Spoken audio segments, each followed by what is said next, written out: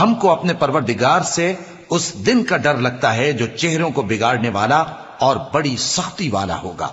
چنانچہ اللہ ان کو اس دن کی سختی سے بچا لے گا اور تازگی اور خوشی عنایت فرمائے گا، اور ان کے صبر کے بدلے ان کو بہشت اور ریشمی لباس عطا کرے گا۔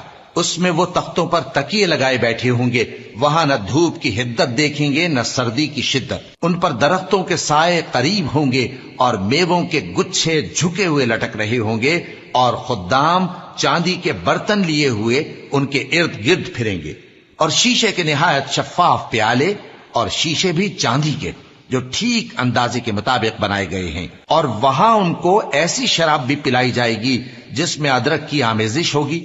یہ بہشت میں ایک چشمہ ہے جس کا نام سلسبیل ہے، اور ان کے پاس لڑکے آتے جاتے ہوں گے جو ہمیشہ ایک ہی حالت پر رہیں گے۔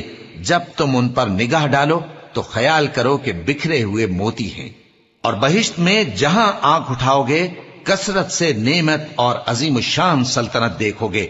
ان کے جسموں پر دیبا اور اطلس کے سبز کپڑے ہوں گے، اور انہیں چاندی کے کنگن پہنائے جائیں گے، اور ان کا پروردگار ان کو نہایت پاکیزہ مشروب پلائے گا، فرمائے گا یہ تمہارا صلہ ہے اور تمہاری محنت ہمارے ہاں مقبول ہوئی۔